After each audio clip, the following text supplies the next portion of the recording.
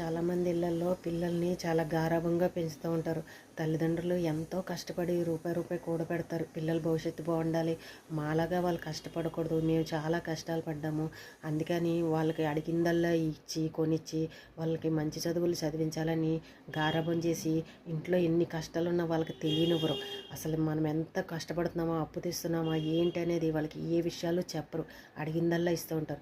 కానీ మనం చాలా పెద్ద తప్పు చేస్తున్నాం.